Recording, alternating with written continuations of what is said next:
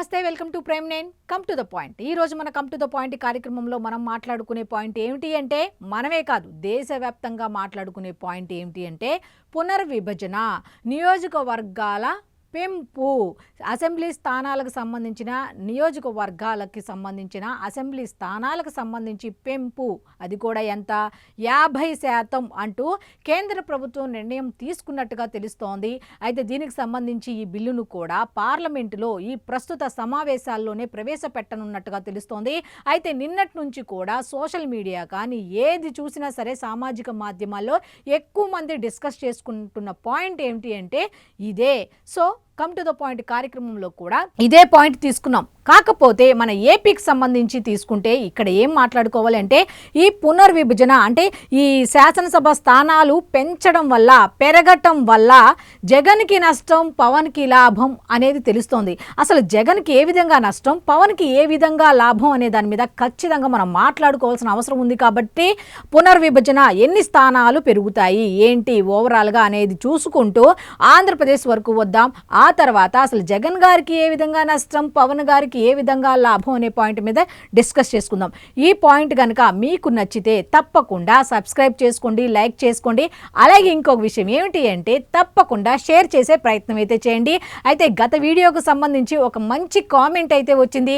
ఎప్పట్లాగే ఆ కామెంట్ నేను మీతో షేర్ చేసుకుంటా కాబట్టి ఇప్పుడు షేర్ చేసేసుకుంటున్నా. అది ఏమిటి అంటే, నిన్న ఒక వీడియో చేశా, మంచి వీడియో, పవన్ కళ్యాణ్ గారి గురించే, కమ్ టు ద పాయింట్ కాబట్టి ఆయన గురించి చేస్తే చాలా బాగా చెప్పావమ్మా అంటూనే ఒక నిట్టూర్పుతో ఒక పెద్ద ఆయన ఒక కామెంట్ చేశారు. ఏంటి అంటే, నువ్వు ఇంత బాగా చెప్తున్నావమ్మా, అందరూ చెప్తున్నారు, ఇవే పాయింట్స్ తీసుకొని చెప్తున్నారు, కానీ నువ్వు చెప్పిన విధానానికి వాళ్ళు చెప్పిన విధానానికి చాలా తేడా ఉంటుంది. నువ్వు చాలా కూలంకషంగా డెప్త్గా చెప్తున్నావు, కాకపోతే చాలామంది షేర్ చేయట్లేదమ్మా, వ్యూస్ అయితే రావట్లేదు, లైక్స్ వస్తున్నాయి కానీ వ్యూస్ అయితే రావట్లేదు, నీ శ్రమ అంతా వృధా అయిపోతుంది అన్నట్టుగా కామెంట్ అయితే చేశారు. నేను చెప్పింది అబద్ధం అయితే ఆ కామెంట్ కూడా ఉంది, మీరు వెళ్ళి చూడండి. కాకపోతే ఒక్కళ్ళు కామెంట్ చేసినా సరే నాకు చాలా ఆనందం అంటే ఆనందం అనిపించింది. ఎందుకు అంటే ఒక్కళ్ళైనా నా వీడియో బాగుంది, నేను తీసుకునే పాయింట్స్ బాగున్నాయి అని అంటున్నారు కాబట్టి ఇంకా ఉత్సాహంతో, మరింత ఉత్సాహంతో మంచి మంచి పాయింట్లు తీసుకొని మీ అందరికీ అందించాలన్న ఉద్దేశం అయితే నాకు ఇంకా బాగా కలిగింది. కాబట్టి ఈరోజు కమ్ టు ద పాయింట్ కార్యక్రమంలో ఈరోజు ఈ పునర్విభజనకు సంబంధించి ఏ ఛానల్లో ఎక్కడా చెప్పనటువంటి జగన్కి నష్టం, పవన్కి లాభం ఏ విధంగా అనే పాయింట్ని అయితే నేను మీ ముందుకు తీసుకొచ్చేస్తున్నా. ఇక పాయింట్లోకి వెళ్ళిపోదాం. ఇక జనరల్గా నిన్నటి నుంచి పునర్విభజన ఏ విధంగా జరగబోతోంది, ఏ స్థానాలు ఏ విధంగా పెరగబోతున్నాయి ఏంటి అనేది కనుక చూసుకుంటే, ప్రస్తుత లోక్సభ స్థానాలు ప్రెజెంట్ ఉన్నవి ఎన్ని అంటే 543 ఉన్నాయి ప్రస్తుతం. కాకపోతే ఇప్పుడు 50% పెంచారు కాబట్టి అది ఎంతకు పెరిగింది అంటే 816కు పెరిగింది లోక్సభ స్థానాలు. అయితే దేశవ్యాప్తంగా చూసుకుంటే అన్ని రాష్ట్రాలకి కలిపితే శాసనసభ స్థానాలు ప్రస్తుతం ఎన్ని ఉన్నాయి అంటే 4123 ఉన్నాయి. చూడండి, 4123 ఉన్నాయి. అయితే 50% పెంచారు కాబట్టి అది ఎంతకు చేరింది అంటే 6185కు అయితే చేరుతుంది అన్నట్టుగా తెలుస్తోంది. ఈ 50% అనేది కూడా ఎందుకు తీసుకొచ్చింది కేంద్ర ప్రభుత్వం అంటే, ఈ ఉత్తరాది రాష్ట్రాలకి దక్షిణాది రాష్ట్రాలకి మధ్య ఈ రాజకీయ బలం అనేది ఒక ఓడైతే ఈ రెండిటి మధ్య ఉంది కాబట్టి అటువంటి విభేదాలు, అలాంటి క్వశ్చన్స్ రైస్ చేయకుండా ఈక్వల్గా ఉండేటందుకు, సమానత్వంగా ఉండేటందుకు ఈ 50% అనేది తీసుకొచ్చింది. ఇటు ఉత్తరాది రాష్ట్రాలు కానీ దక్షిణాది రాష్ట్రాలు కానీ వాళ్ళు డిస్కస్ చేసుకోకుండా, అయినప్పటికీ ఎటువంటి డిస్కషన్ అయినా జరుగుతూనే ఉంటుంది కాబట్టి వాళ్ళ తరపున ఎటువంటి మిస్టేక్ లేకుండా ఉండటానికి 50% అనేది తీసుకొచ్చి కామ్ అయిపోయింది. అయితే ఈ ఉద్దేశంతో ఇక్కడ మనం చూసుకుంటే ప్రస్తుతం లోక్సభ స్థానాలు ఇన్నున్నాయి, శాసనసభ స్థానాలు ఇన్నున్నాయి. అయితే మనం ప్రస్తుతం మాట్లాడుకోవాల్సింది ఏంటంటే ఉభయ తెలుగు రాష్ట్రాల గురించి మాట్లాడుకోవాల్సిన అవసరం ఉంది. ఎందుకంటే జగన్కి ఏ విధంగా నష్టం, పవన్కి ఏంటి లాభం అని అన్నాం కదా, ఖచ్చితంగా మనం మాట్లాడుకోవాలి. తెలంగాణ గురించి మాట్లాడుకోవాలి, ఆంధ్రప్రదేశ్ గురించి కూడా మాట్లాడుకోవాలి. ఇప్పుడు తెలంగాణకు వస్తే ప్రస్తుతం శాసనసభ స్థానాలు ఎన్ని ఉన్నాయంటే 119 ఉన్నాయి. ఇది 50% పెంచడం వల్ల 179కి అయితే చేరే అవకాశం అయితే ఉన్నట్టుగా తెలుస్తోంది. నెక్స్ట్ ఏపీకి వచ్చేసరికి ప్రస్తుతం అయితే 175. ఇది ఆల్రెడీ అందరికీ బాగా విని ఉంటారు. ఏంటి, why not 175? Why not 175? So ప్రస్తుత స్థానాలు మనందరికీ గుర్తుంటాయి కాబట్టి 175 ఉన్నాయి. సో 50% పెరగటం వల్ల అవి ఎంతకు చేరే అవకాశం ఉంది అంటే 263కి అయితే చేరే అవకాశం ఉంటుంది. అయితే గతంలో కనుక మనం చూసుకుంటే ఇక్కడ రాసాను చూడండి, గతంలో విభజన చట్టం ప్రకారం అయితే 225 స్థానాలు అయితే ఇస్తామంటూ కేంద్ర ప్రభుత్వం అప్పుడు ఒప్పుకుంది. కాబట్టి మహా అయితే అది ఎంత పర్సెంట్? 29%. అంటే 175 నుంచి 225కి 29%. కానీ ఇప్పుడు 50% అంటుంది కాబట్టి స్థానాలు ఎన్ని పెరుగుతాయి? 263. 225 అయితే ఇక్కడ చూడండి 225 ఎలా విభజన చట్టం ప్రకారం కేంద్రం ఇస్తానన్నది 225కి వస్తాయి మహా అయితే. కానీ ఇప్పుడు 50% అవ్వటం వల్ల 263కి పెరిగినట్టయింది. సో ఇక్కడ వరకు ప్రస్తుతం ఎన్ని ఉన్నాయి ఏంటి, 50% ఏంటి, అలాగే విభజన చట్టం ప్రకారం కూడా ఇన్ని చూసుకుంటూ వచ్చాం కదా. నెక్స్ట్ ఇంకో పాయింట్ ఉంది, ఆ పాయింట్ గురించి తర్వాత మాట్లాడుకుందాం. అయితే ఈ ఓవరాల్గా ఈ 3 పాయింట్లు మనం బేస్ చేసుకొని ఎందుకు తీసుకున్నాం, ముఖ్యంగా మనకు అవసరమైంది ఏంటంటే, మిగతా ఒక్కొక్కరికి ఒక్కొక్క అభిప్రాయం ఉంటుంది. కొంతమంది అయితే ఇప్పుడే ఎందుకు తీసుకొచ్చింది బీజేపీ ఎన్నికల స్ట్రాటజీనా అని కొంతమంది మాట్లాడితే, రాజకీయ లబ్ధి కోసం అని ఇంకొంతమంది మాట్లాడుతుంటే, 5 రాష్ట్రాల ఎన్నికలు అయిపోయాక ఈ ప్రస్తావన తీసుకొస్తే బాగుంటుందేమో, ఇప్పుడు అంత అవసరమా అని కొంతమంది, ఎవరిష్టం వాళ్ళది రకరకాల అంటే ఇష్టం వాళ్ళదే అంటే ఒక్కొక్కరికి ఒక్కొక్క అభిప్రాయం ఉంటుంది కాబట్టి. సో ఇక్కడ మాత్రం మనం మాట్లాడుకోవాల్సింది తెలంగాణ గురించి మాట్లాడాము, ఏపీ గురించి మాట్లాడాము. ఇప్పుడు ఏపీలోనే పర్టికులర్గా ఒకటే పాయింట్ తీసుకున్నాం. అది ఏమిటి అంటే, జగన్కి నష్టం, పవన్కి లాభం. అసలు జగన్కి ఏ విధంగా నష్టం, పవన్కి ఏ విధంగా లాభం అనేది మాత్రం ఖచ్చితంగా మనం తెలుసుకోవాలి. పవన్కి ఏ విధంగా లాభం అనే దాని మీద ఫస్ట్ మనం మాట్లాడుకుందాం. పవన్కి ఏ విధంగా లాభము అంటే, ఆయన 2024 ఎన్నికలకు సంబంధించి సీట్లు ఎన్ని అడిగారు? 21 అడిగారు. అప్పుడు ఏం చెప్పారు? 21 అడిగితే పవన్ కళ్యాణ్కి పిచ్చా, మెంటలా, ఆవేశమా, 21 ఒప్పుకుంటాడేంటి, అసలు జనసేన లేకపోతే టీడీపీయే లేదు, కూటమియే లేదు, అసలు 21 ఎలా ఒప్పుకుంటాడు, పెచ్చా ఏంటి అని అనుకున్నారు. కాకపోతే ఆయన స్ట్రాటజీ ఆయనకు ఉంటుంది కాబట్టి 21కే ఆయన పరిమితమయ్యారు. చాలామంది అలిగారు కూడా, ఏదేంటి 21 ఎలా తీసుకుంటారు, కొంతమంది ఆయన్ని డైరెక్ట్గా అన్నవాళ్ళు ఉన్నారు, ఇండైరెక్ట్గా వెనకాల విమర్శించిన వాళ్ళందరూ ఉన్నారు. అయితే ఆయన జీవితం అంతా కూడా వీళ్ళందరినీ బుజ్జగించుకునే పనిలో ఉండరు కాబట్టి, మిగతా వాళ్ళందరూ ఉంటారు కాబట్టి ఆయన ఉండరు. కాకపోతే ఆయన కూడా కొంతమందిని బుజ్జగించినట్టుగా తెలుస్తోంది. చాలా మందికి కూడా సర్ది చెప్పిన సందర్భాలు కూడా చాలా ఉన్నాయి. 21 కదా, ప్రస్తుతం 21తోనే వెళ్దాం అన్నట్టుగా రకరకాలుగా ఆయన కూడా రకరకాలుగా వాళ్ళని సంజాయించుకోవడం, వాళ్ళతో మాట్లాడడం, డిస్కషన్స్ చేయటం, రకరకాలుగా అన్ని చర్చలు జరిగినాయి 21. కానీ ప్రస్తుతం ఉన్న పరిస్థితుల్లో నెక్స్ట్ 2029 ఎన్నికలకు వెళ్ళాలి అంటే మరి 21 సీట్లే అడుగుతారా? ఇంతకు మించి అడగరా అంటే ఒకసారి ఆలోచించండి. 21 సీట్లకే అవుతారా పర్మనెంట్ అంటే? ఖచ్చితంగా అవ్వరు అని చెప్పొచ్చు. ఎందుకు అంటే ఇప్పుడు పవన్ కళ్యాణ్ గారు ఎంత ధీటుగా పనిచేస్తున్నారు 21 సీట్ల ద్వారానే అని అంటే ఒకసారి ఆలోచించుకోండి. ఇప్పుడు 2029కి గ్రౌండ్ లెవెల్లో ఎంత వర్క్ చేసుకుంటున్నారు పార్టీ పరంగా అనేది కూడా మనం చూస్తున్నాం. మరి ఇటువంటి సందర్భంలో ఎక్కువ సీట్లు, నియోజకవర్గాలకు సంబంధించి ఎక్కువ సీట్లు ఆశించే అవకాశం ఉంటుంది కదా. మరి అలాంటప్పుడు పవన్ కళ్యాణ్ ఎత్తిన పాలు పోసినట్టే అనుకోవచ్చా అంటే ఎస్ అని చెప్పొచ్చు. ఏ విధంగా అంటే ఈ విధంగానే ఖచ్చితంగా పెరుగుతాయి. అలా అని చెప్పి కూటమిలో ఉన్నటువంటి టీడీపీ వాళ్ళు ఊరుకుంటారా?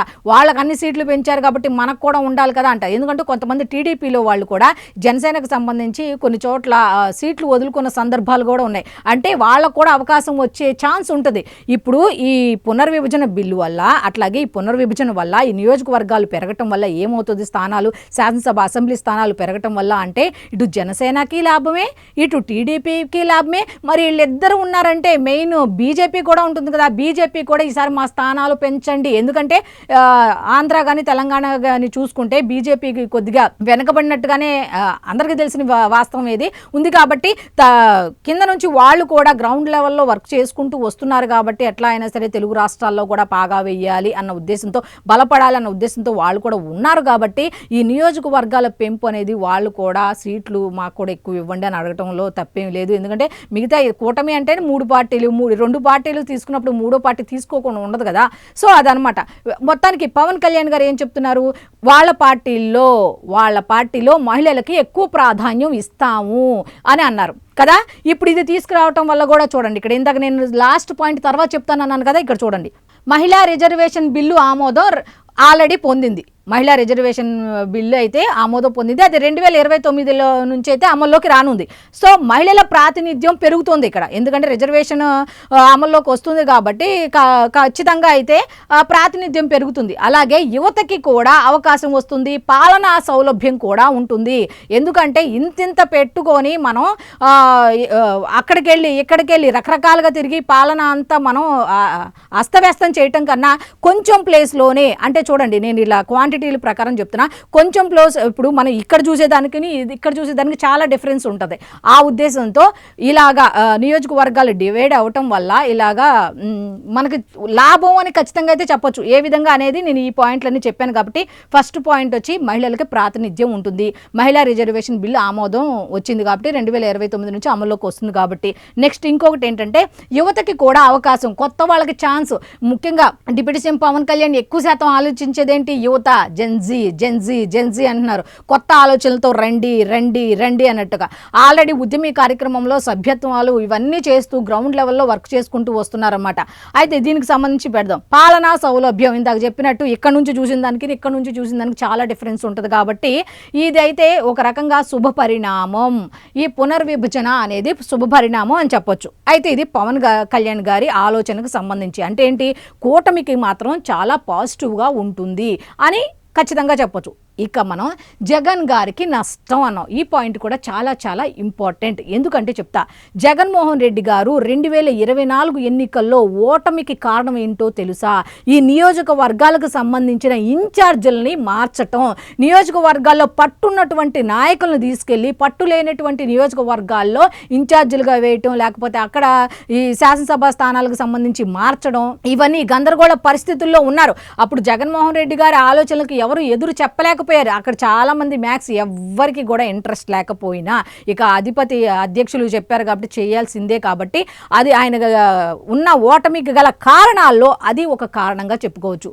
అయితే మొన్నటిదాకా ఆయన ఏమన్నారు, వై నాట్ 175 అన్నారు. ఇప్పుడు ఏమనాలి, వై నాట్ 263 అనాలా, ఏమనాలి? ఈ విధంగా మనం చూసుకుంటే 175 నుంచి 263 పెరిగింది.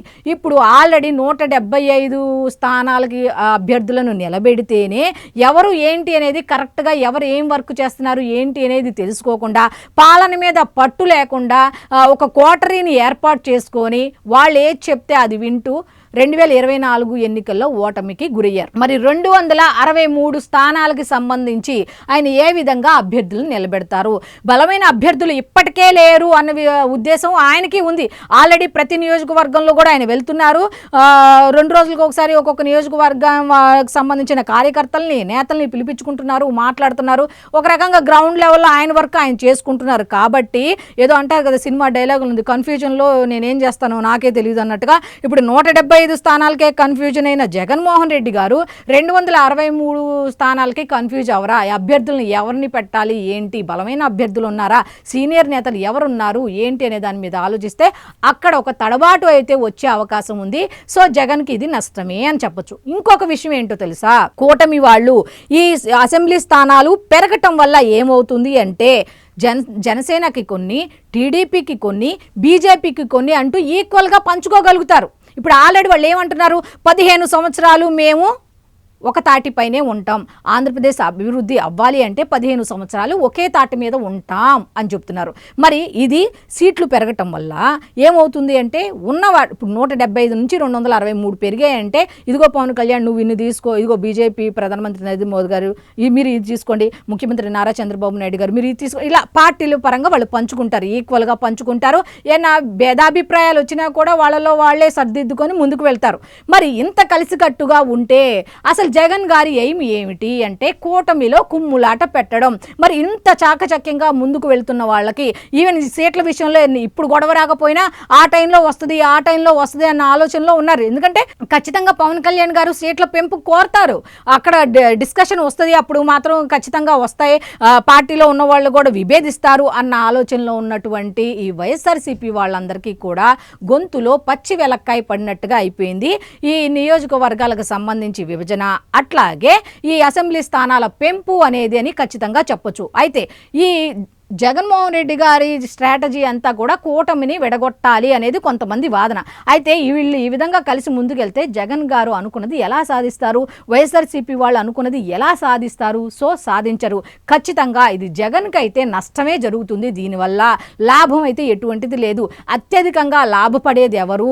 కూటమి వాళ్ళు. కూటమిలో కూడా ఇంకా లాభపడేది ఎవరు అంటే జనసేన ఖచ్చితంగా లాభపడుతుంది అని చాలామంది చెప్పుకుంటున్న మాట. సో చూశారు కదా, నా స్ట్రాటజీ ప్రకారం, నా అనాలిసిస్ ప్రకారం అయితే నేనైతే ఈ విధంగా ఇచ్చా. సో ఇంకా ఏమైనా పాయింట్స్ కనుక ఉంటే, మీకు వచ్చిన ఆలోచనలు ఏమైనా ఉంటే నాకు కామెంట్ రూపంలో అయితే తెలియచేయండి. తప్పకుండా ఈ వీడియోపై మీ అభిప్రాయాన్ని కామెంట్ రూపంలో నాకు తెలియచేయండి. అలాగే ఇంకేమైనా దీనికి సంబంధించి ఇంకేమైనా పాయింట్స్ ఏమైనా నేను మిస్ అయ్యానో లేదో కూడా కామెంట్ రూపంలో తప్పకుండా తెలియచేయండి. సో చూశారు కదా, ఇది ఈనాటి కమ్ టు ద పాయింట్ కార్యక్రమం. మళ్ళీ రేపటి కమ్ టు ద పాయింట్ కార్యక్రమంలో కలుసుకుందాం. అంతవరకు సెలవు. నమస్కారం.